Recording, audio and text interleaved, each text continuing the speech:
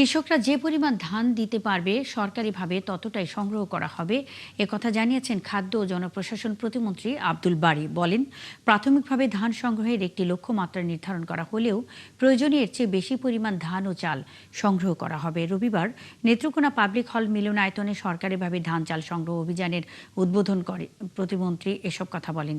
তিনি আরও বলেন, হাওড় অঞ্চলে আগাম বন্যা হওয়ায় কৃষকদের সুবিধার্থে এবছর ধান চাল সংগ্রহ অভিযান এগিয়ে আনা হয়েছে যেন কৃষকরা ধানের ন্যায্য মূল্য পায়।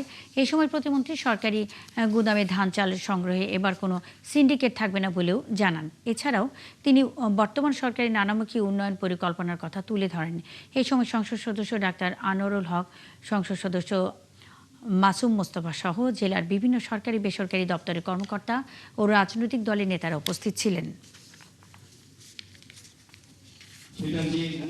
কৃষক ভাইয়েরা ধান দিতে পারবে এবং তারা যত পরিমাণ ধান দিতে পারবে তত পরিমাণ ধানই সংগ্রহ করা হবে এবং আমরা প্রাথমিকভাবে যে লক্ষ্যমাত্রা ধারণ করেছি তার চেয়েও আরো বেশি পরিমাণ ধান এবং চাল সংগ্রহ করা হবে।